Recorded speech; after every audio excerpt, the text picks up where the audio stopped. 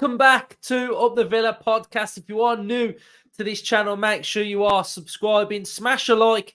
Let's have a like target of 900 likes. And most importantly, comment your thoughts in the comment section down below. So we got good news and we've got bad news. The good news is offensively, we look very, very good now with PAU Torres, who's going to be making the bench against Chelsea in the FA Cup. Hopefully he can start against Manchester United on Sunday. The bad news is that Ezri Konsa looks like he's going to be out to 3 to 4 weeks with a sprained knee, which is bad news for Aston Villa. Defensively, it's a big, big blow because Konsa is such a big player for Aston Villa and getting our system having maximum control of games. So, real big blow. So, on this episode, we're going to have a look at the role of the Villa right backs.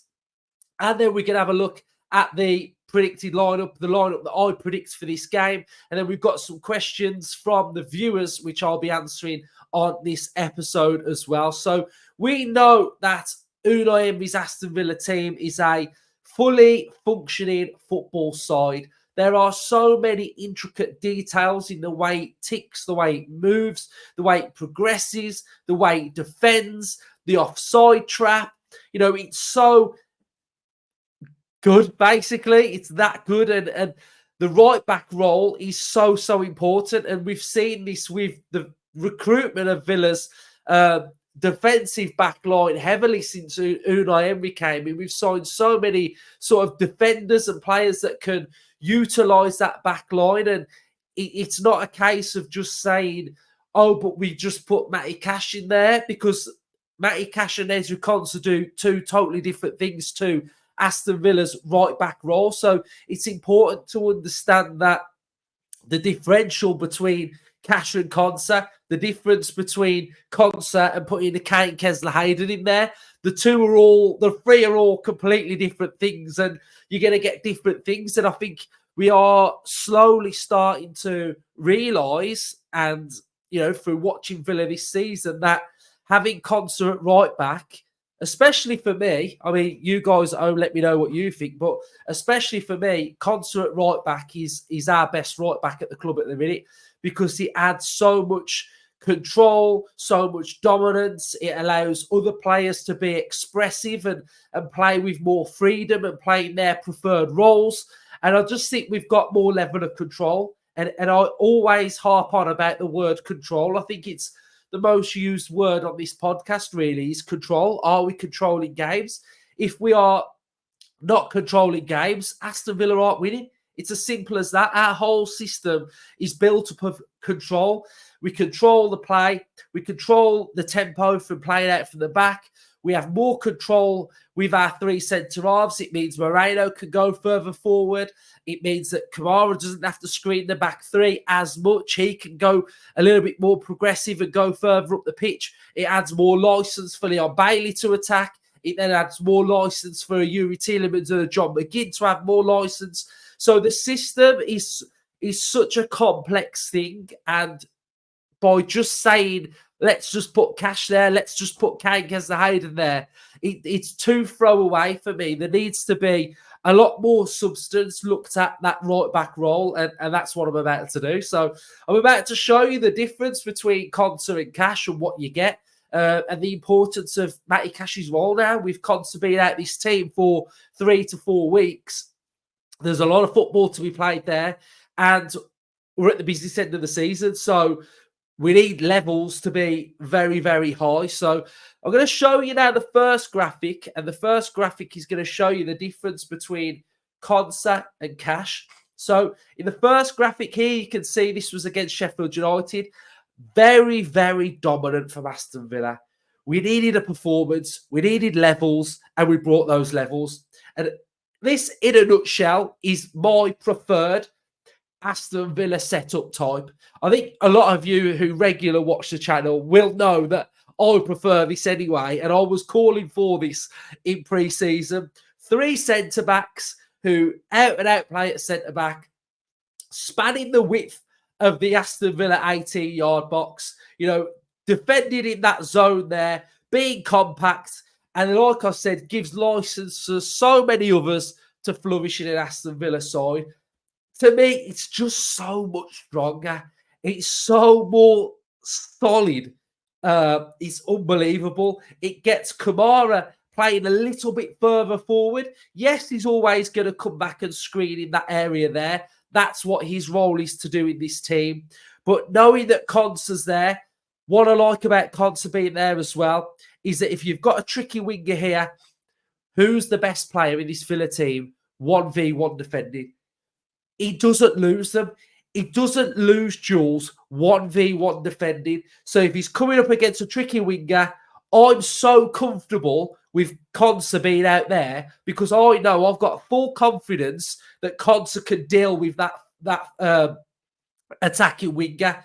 And then in turn, it enables Carlos to just be strong and win everything in the air. Longley, you've got a passing range as well. And then the other big one is it allows Moreno more license to get down there. With this control through here, it allows Moreno to be more fluid and have more freedom going forward. And then it also allows Bailey to have that license that, yes, he's got to defend. Yes, he defends well, but he doesn't have to do it as much. It's not as important because he knows that he's got Kamara that's in there, Tielemans can get in there, Konsa can get in there, and then he's got that license to play through there. So in a nutshell, I absolutely love Konsa at right back. If you have a look here, this was our best performance this season against Manchester City. Again, highlighting the importance of Konsa. Again, screening with a 3 at the back. We've got Kamara, who's actively screening through there, but has license to move around through there. Bailey, more freedom and flexibility. Luka Dean was able to get further forward, and we were absolutely majestic. We were so good. The role of Matty Cash as fullback, right back, is completely different to Konsa's role.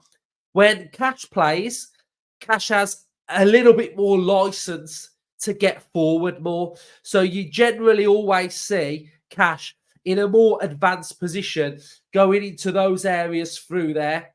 We will always see Kamara in there anyway, but you'll see Kamara in there more when Cash goes forward. Cash will often go forward and cut back inside.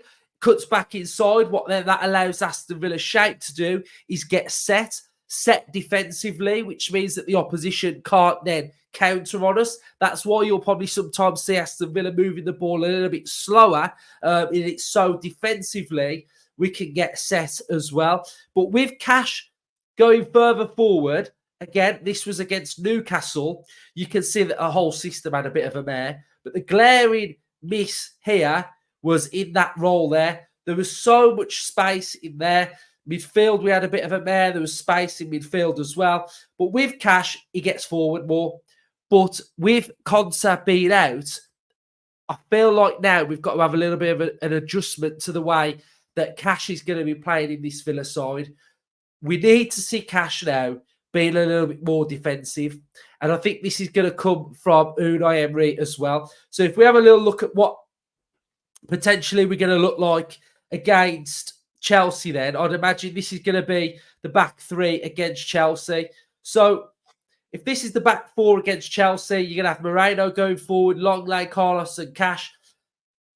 For me now, going into this business end of the season, we know we're better when the right back is more defensive. So for me personally, I don't want to see Cash getting into these areas now.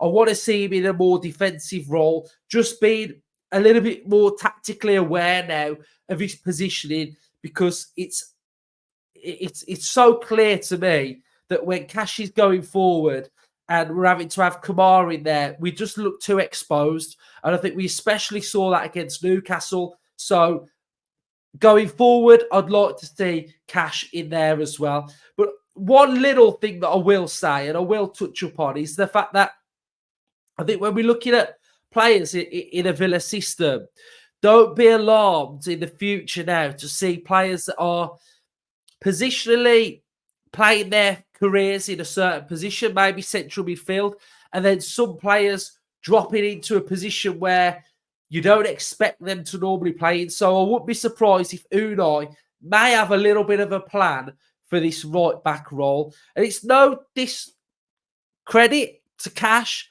I just think Conser's better in there. We're more defensively sound. So I just really want to see Cash being a little bit more defensive and us not looking so open. So the rest of my lineup against Chelsea is going to look something similar to this. But like I say, Kesler Hayden, if you say like for like with Cash, then he can play in the area, but definitely he's not as good at defending. So I'm going to go with Moreno, Longley, Carlos, Martinez, and Cash. In the double pivot, I'm going to go with big game on Sunday. We've got to remember that we've got a big game on Sunday as well. But we want to take this seriously. So I'm going to go with... Right. I'm going to go with Kamara, Luis. I'm going to go with McGinn. And I'm going to go with Ramsey.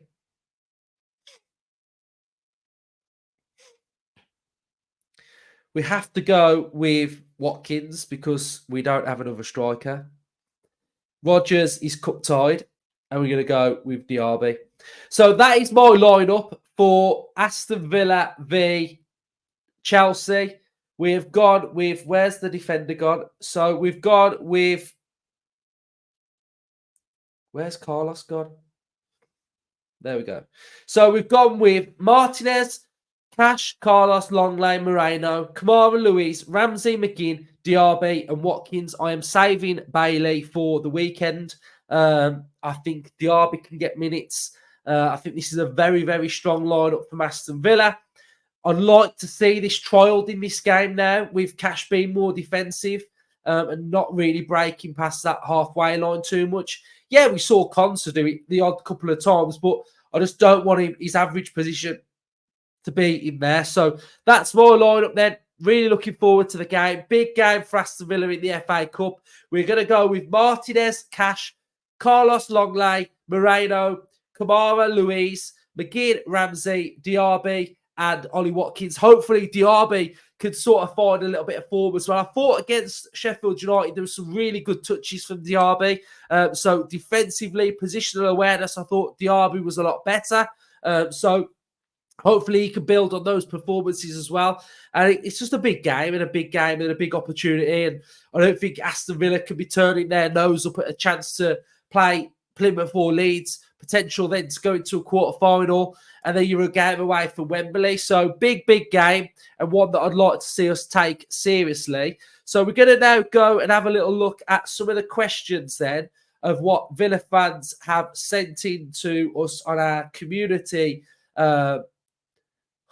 So let's have a little look. So I'm going to run through these questions then of what you have asked me. So if I can I make it bigger? No.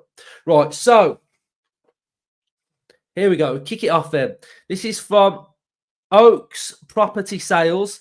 Is Kane Kesler-Hayden a realistic option of getting minutes starting for Villa in the Premier League, considering Conser is out for weeks? I would say no. I think attacking-wise, from what I've seen from Kesler-Hayden, he's really good going forward. And I would be really, really worried about Kane Kesler-Hayden going in the other direction, defending. Jay Villa, would you think we're conserving energy for Sunday or go all out and use this as a springboard to take Man United on Sunday? I think we take it seriously. I think we rotate the team accordingly. But when we do rotate this team, we rotate with quality. You know, we don't rotate and go, oh, we'll put sort of like Josh Feeney at centre-back. You know, we don't do those type of things. So we go as strong as we physically possibly can. And I think we take this game really, really seriously. British Mick has put best back four minus Conser Cup progression or bigger points gap from United, hence two upcoming games. I think you're asking me about the two games. I'll always stick by that. For me, this season, the Premier League is the priority. So Yeah, I think that's the bigger game out of the two. But this is a game that, again, we're going to take seriously. And I think we don't need to say which would you prefer to win or which would you prefer to go through in. I think we've just got to go each game with the strongest possible team. I think the only other way the sort of cup competitions become a problem is if, for example, say hypothetically thinking, is if we were in the quarterfinal of the Europa Conference League and the next game we had was a big Premier League game with the opportunity to put massive breathing space and sort of confirm our place in the Champions League, which would you prioritise? Then I'd probably say I'd prioritise the league game. But that's only as that season draws up. We're not at that point yet. We're not at a point where we have to start saying, "Oh, do we chuck Wednesday to focus on Sunday?"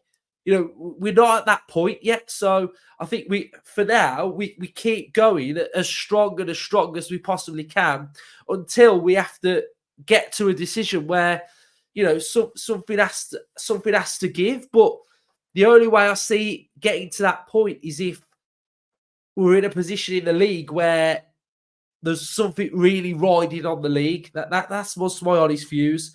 Do you think Villa have a big enough squad and strong enough squad to fight on fourth to fifth finish and go for both the FA Cup and the European Conference League? That's some AVFC. What? Yeah, I think we do. I think, like I've just said, we've got to just keep going and going and going. And until we get to that point where that decision has to be made, then we'll make it and we'll keep. But then to caveat that, it's like when we do rotate, look what we're rotating with anyway. You know, we've got a really good squad, but you know, if you were going to rotate the strikers, it's either Watkins for Duran.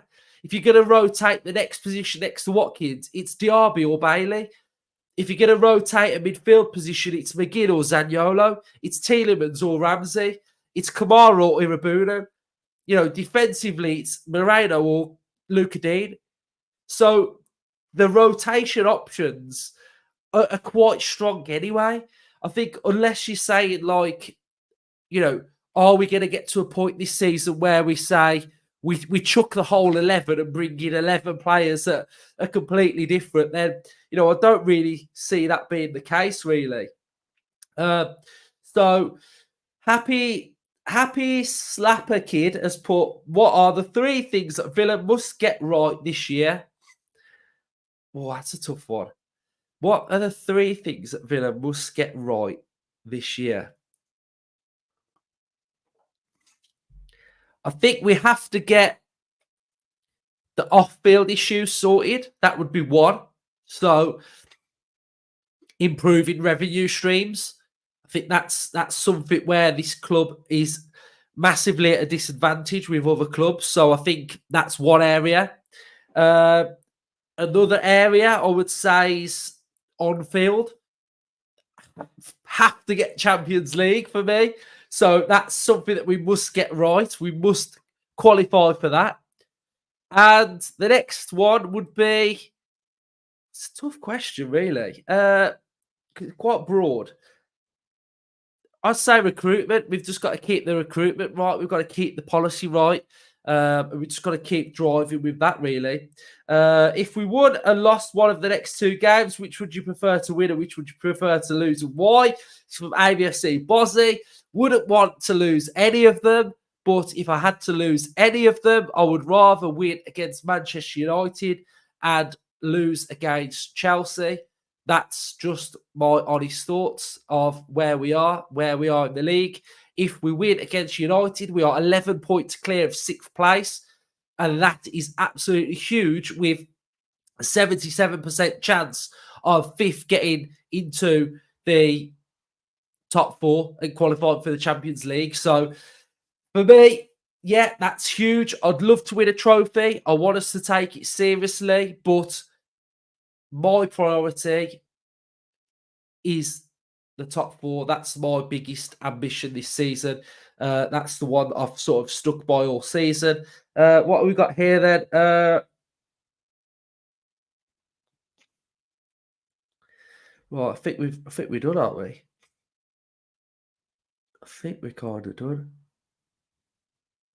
Here's another one then. British Mick got another. What incentive for our fringe players is there to achieve Champions League football if it could subsequently be their undoing long term, i.e., they are replaced for a better model? And how does the manager negate this while still getting a tune out of the players? Unai Emery is so demanding, so he will demand the most out of every possible player that we have got. Regarding the future of players, I think that's just the nature of football.